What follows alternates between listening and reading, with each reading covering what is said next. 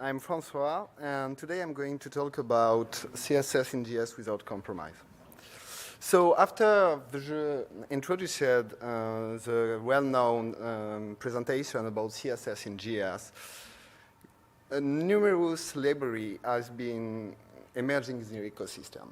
And there is some great library like Radium, VStyle, Freestyle, GSS, and more recently, Aphrodite.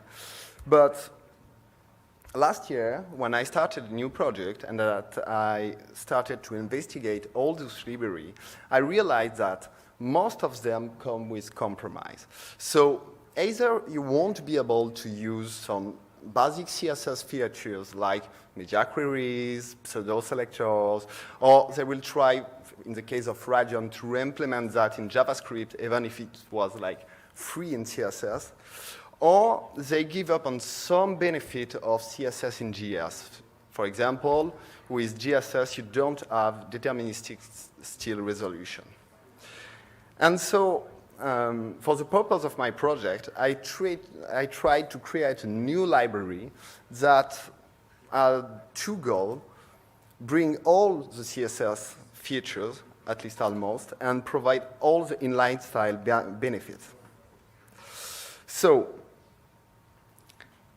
to provide all the CSS features, VStyle, from a style sheet that you create through stylesheet.create, generates true CSS.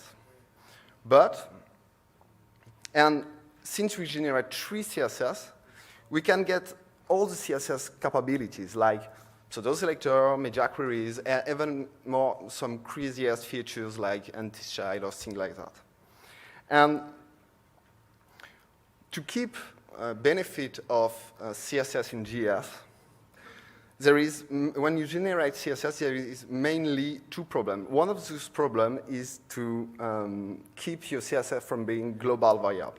To do so, VStyle generates class name. So when you create a style sheet with a rule called button, it's not the name of the class name that will be inserted in your CSS, but it will generate the minimal CSS class name possible for your rules.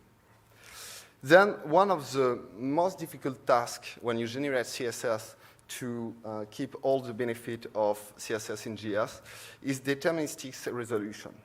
To do so, when you start to create a style sheet with VStyle, firstly, it renders no CSS at all. The first time you try to render your style in an element, it will render your CSS. Then, the class will be inserted in the element. Finally, if we meet an incompatible order, VStyle will automatically add an overriding class on the previously created CSS rule. And the generated element will have the tree class instead of the true one. And so in this example, the style 1 will prevail to the style 2, even if it has been defined before. It's on my GitHub. It's called VStyle, and thank you for listening to me.